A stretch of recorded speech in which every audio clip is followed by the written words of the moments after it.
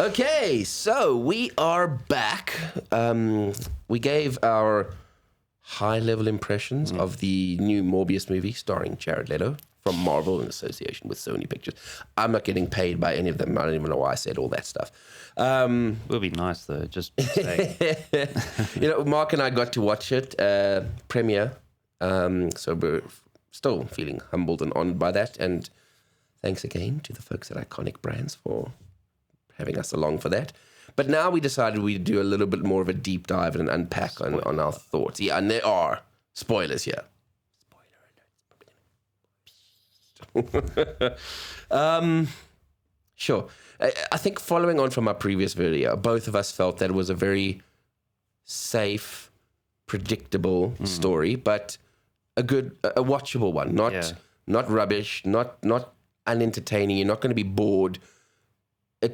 It's a decent story. It's a good story. Everyone hits their roles, I guess you could say. No, but no one was exceptional in their roles. Yeah. No one jumps out in their allotted roles. Maybe unpack a bit more of your thoughts. Yeah, I don't know where to start. I don't know but what I'm going to start where a thought struck where you said no one, like with their roles, like outperformed. At first, the Milo character, which is Morbius's best friend, childhood friend, whatever his name is. But anyway, like to me at first, when he gets the serum and he gets all powerful, sorry, now I'm jumping the gun quite a bit now. Yeah. He does that whole thing where like at first I was like, he's a little bit cheesy. But then like I let it simmer and I'm like, wait, this guy's been a nerd and like his whole life had no friends. Like if someone got so much power, that kind of would be cheesy, when he's like in the room and he's like, dancing and stuff. And I'm like, I don't know if that was intentional, but like he probably would make like sort of a little bit of a fool of himself. He wouldn't be like slick Bruce Wayne all of a sudden. No, you're right. I'm with you. So like I had mixed feelings about that, but I know I'm jumping all over the place, but right in the beginning, dude, the intro sequence, I hated the pink Morbius. I felt like I'm like, just, okay, besides the fact that I'm not much of a fan of the color pink, it just felt like they were dumbing down the vampire thing. So like the blue blood and the red blood, and they called it the blue and the red. Like I found that cheesy. I just call it blood, man.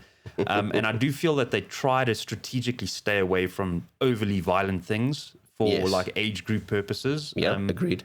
And they could have made it more like hectic. I think that is the gamble, though. I mean, I was myself expecting a bit more on the Blade side. I thought there'd be a bit more rated R stuff happening in there.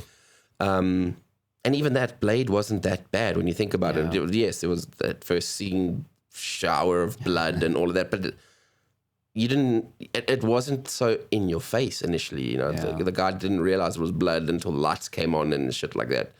And Blade, for some reason, the whole vampiric thing tends to carry this restriction or taboo about it. So people do, they don't delve into the whole, blood being drained from necks and all that kind of stuff.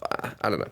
I agree with you. They unnecessarily shied away from the fact that this is what he needs to sustain himself. The thing for me, and a lot of folks have said the pacing was off and the pacing was wrong. I don't know if it was pacing. I don't know if it there were some things that I thought they jumped through a bit quicker. They could have just delivered certain thoughts and messages better. And then there were other things that, so for me, if I think about it, there were certain things that they hurried through that I thought they should have spent more time on. And then there was things that they spent more time on that I was like, why? You can skip this. We don't need this so much in our faces. That was my initial thought process.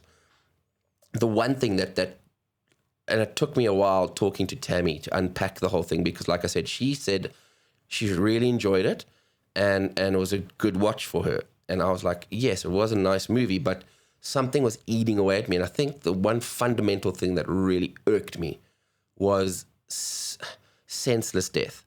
In any kind of story or movie or whatever, and especially in the comic, deaths have meaning. Yeah. When Pa Kent died, it fundamentally changes Clark and shapes how he's going to go forward from there, because with all his superpowers, he couldn't save his dad. Yeah. So it fundamentally changes him. Uncle Ben for Spider-Man, he dies, and it fundamentally changes Peter's path from being non-caring and nonchalant about these powers to, oh my God, if I just intervened at one point, he wouldn't have died. Yeah. So more often in the comics, and I say early comics because now every single character dies at some point and then comes back. I mean, it's almost like a trend. Once Superman died and then came back, every time people want to try and spark up a little bit of interest in the book, it seems like a character is dying. But the fundamental core deaths, the death of Gwen Stacy even for Spider-Man, etc., these things have meaning. And I felt that in Morbius, what happened was, and here's big spoilers, that mentor doctor that was trying to help Milo and him, he's there in the beginning. You see that he's intricate in shaping the boys or trying to shape those boys into the men that they become. He's constantly still in their lives, etc. He's a pivotal figure in their lives. I felt his death was meaningless. Yeah. He comes in, he has this interaction with Milo in a spoiled brat rage, which I thought was great. Milo does kill him. Yeah. I thought that then Milo, for me, if I was writing the story, it was an accidental first strike, but then the rage and all this petty second non-favorite would have lifted up, and then bloodlust takes over, and he would have just, done what he did. And then if he wanted to leave the guy almost on his last legs just to torment Morbius, great. I would have done that scene early on in the movie. Okay. And I would have had all of that lead to him being arrested and going to jail. Okay. And I would have had that when Michael finds him. That rage is where it would have been the first fight between him and Milo. And then I would have done it so that fight, Morbius realizes that, shit, this guy's learning his powers. This guy's maybe even stronger than him in certain ways. Yeah.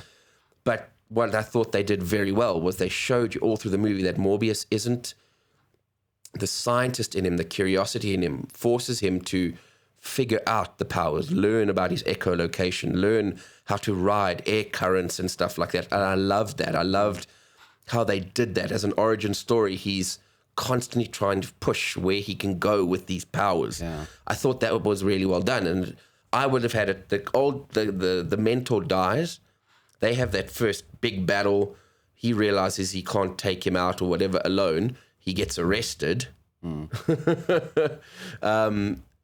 maybe not. Maybe it's something along those lines. Yeah. And then that first death means something. That first death shows you that it's thoroughly thrust Milo down this path of villainy, evil, whatever.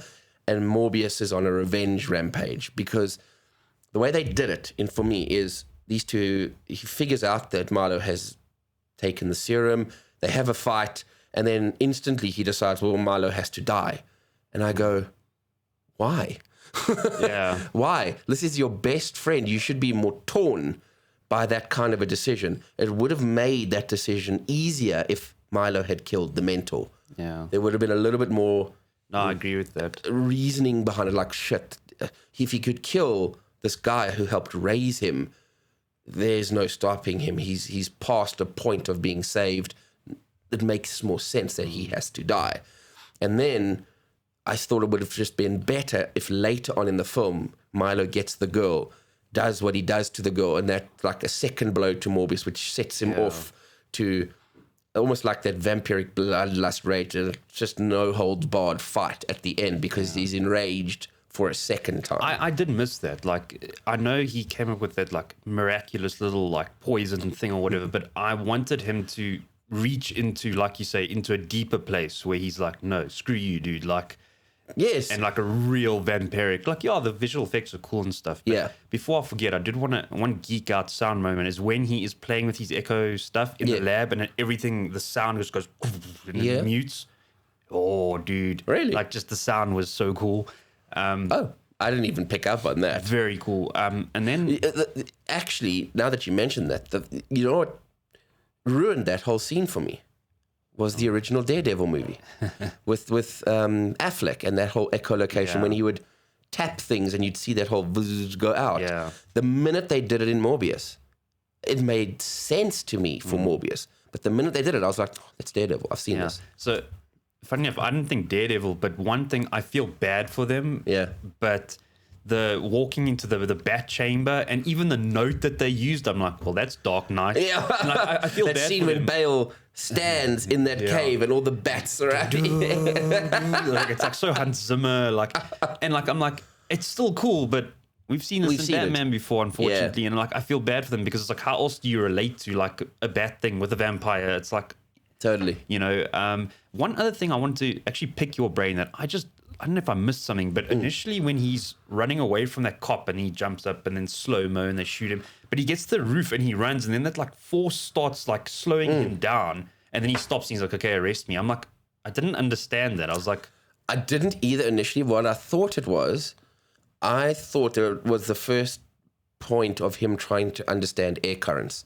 So up there on those top of those buildings, the way the building was shaped, I think air would get funneled almost like a jet stream through certain things. And I think that's what happened. I think a jet stream kind of caught him unawares where the normal person wasn't as affected by it, the cop, but he was. And so affected that it almost blew him off the roof. okay. I think that's what they were trying to say, so that when he was down in the subway again, with the train, it was the payoff. Yeah. that he even realized. I was like, I'm confused by that. Yeah, but, like, me too. and I tried, and again, that's why I kind of say that the way they did certain things, piecing things together, even that scene in the chamber was needed because you realized that he had this kinship and this extrasensory connection with these bats. Yeah. And it kind of late on in the movie, it did pay off. You were like, that makes perfect sense. It wouldn't have paid off if he just suddenly could have called bats. Everyone would have been like, and it also does make sense like why he could do it and Milo couldn't. yes, because he was constantly pushing the bounds of this thing that he had just become. You saw it. He was documenting. He was constantly dictating what he was seeing, the limits that he was trying to push with his physical ability. I thought that was really clever because at the end, Milo was just riding high on the power and he had picked up one or two little things, but that was it. What I did think was a little bit, maybe it's for me, it was the whole Milo and the girl have this altercation, but not an altercation, a semi-standoff without actual conflict. Why didn't she think he would follow her? Yeah, no, that is... so many movies do that. For me, it was glaringly obvious. This guy she knows that he's got these abilities. She knows that he's a vampire, basically. Why would you think he wouldn't follow you? Yeah. And okay, but they did do this semi-smart where, you know, like Morbius and her meet up or whatever, and he's spying on them, but he's right by the train. So like kind of using the train to mask anything that Morbius would pick up. Sure, 100%. Because at first I was like, surely Morbius would, and then I was like, okay, well, there's loud trains right there, so maybe that's a plausible, like... Agreed, 100%, but it stuck out for me. You'd think they would have been more on guard and not coming out in the open, standing on a rooftop if you suspected, especially in my mind, she would have told him about that altercation. She would have mentioned, I bumped into him at the lab and I was scared for my life, but he left me alone. He didn't do anything. For me, that would have been a cool scene because Morbius would have been like, okay, freaked out, worried, a little bit more alert, but they kind of just nonchalantly brushed it off like, meh, and therefore allows her to get captured at the end. I was like, I don't know which clip I've mentioned this in, but like it did bother me a bit that it's like, okay, I need to get rid of Milo, which like you've even driven in more now. It's just like, oh well, he's my best friend, but I just invented the serum in like 10 minutes, you know, like it took him years to develop the serum that made him what he is, but he could unravel it into those kinds of things. So how many other people could make that to kill Morbius? You know, it's like You know, I know he's like super genius and stuff, but it would have been. I know it's logical because that's his field, you know, to come up with some kind of like poison or whatever. But it just would have been cool if, like, at the end of the day, and the bat thing was cool, and like you said, but he found like something else, like a pin drop moment where it's like, remember, this guy's smart as hell, you know, like. Correct. And maybe his intelligence is what would have won his battle over Milo because their powers were similar. Yeah. You know, and at the end of the day, he was always a genius. So it would have been cool, like finding something like that. Yeah, agreed, 100%. What I did find was that they just did it wrong.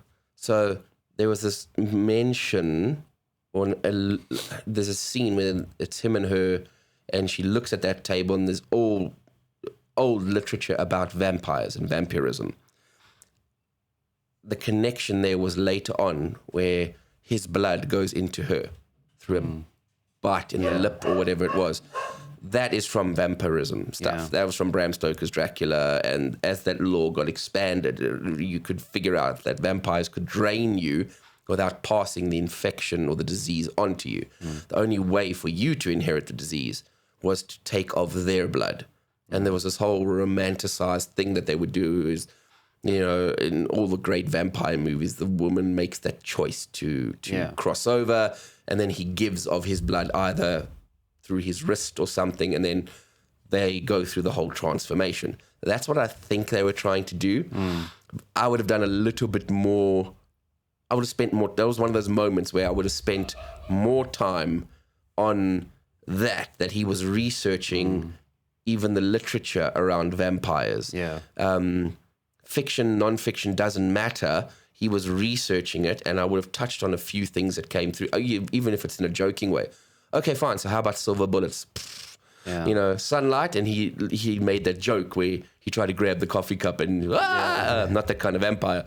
I would have done more around that, and in that conversation, you drop in the books, in the lore, someone has to take of a vampire's blood. What would also have been cool, dude, is in that law, whatever, if they just like had like, I don't know if I'm breaking any kind of continuity, but like they could have had like some kind of you know, like dude, like a news article, like guy killing vampires or something, like just like a Blade Easter egg there of some kind. That would have been amazing. You're right, 100%. But again, because again, Morbius would be like, okay, I need to be aware of all my threats. You know, like. So again, I think there we were victims of this whole licensing, who has what property.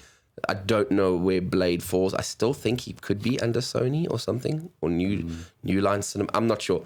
We need to understand that, but I was also hoping that there would be a cameo, like at the end he bumps into the vampire hunter, but alas, we didn't get that, and maybe not in this film, who knows.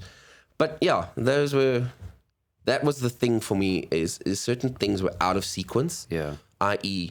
major death earlier on to spark pure rage and set up, the one's gone this path, the other's gone that path, and the Morbius sees no other alternative because he's gone too far. Yeah, and it's that hero's journey of like, do I have to cross the line and become the monster that I must kill, kind of. Correct. But the way they did it, major influence in his life dies, he hasn't even digested it, and his phone rings, and the second big thing in his life is threatened. So for me, it's like, no. There's no gravitas to the death. There's no significance to it. It could have been a postal worker on the corner that just happened to cross Milo's path on the way into the building. And it's like, no, you set this whole relationship up and you didn't use it. You didn't capitalize on it in the story. That was my biggest gripe for me. Yeah. But still, a watchable movie. Enjoyable. And like I said, like you mentioned in the other movie, I think this bar has been set. They've told a good origin story. Now there's just so much more that they can do, or where they can go with it, especially how everything ended at the end with her suddenly opening her eyes. She's got it now, all of that stuff. It's like, And like I said, I think people are out there are being a little bit too harsh just for the sake of, like, I don't know, trying to get views and fit in with this narrative. Like, maybe. I've seen people like, oh no, they saw one bad review and they've decided it's a bad movie, and I don't want to do that anymore. Like, no, and I agree with you. I saw some of those bad reviews, or I didn't see them, I didn't read them, but when you see that clickbait headline, so I was like, okay, fine, I'm not going to taint my opinion going into it. And it, like I said, I just was expecting more of a darker, edgier Blade slant, but I enjoyed this. It's not the greatest Marvel movie ever, and it certainly isn't the worst Marvel movie ever. I was, whelmed.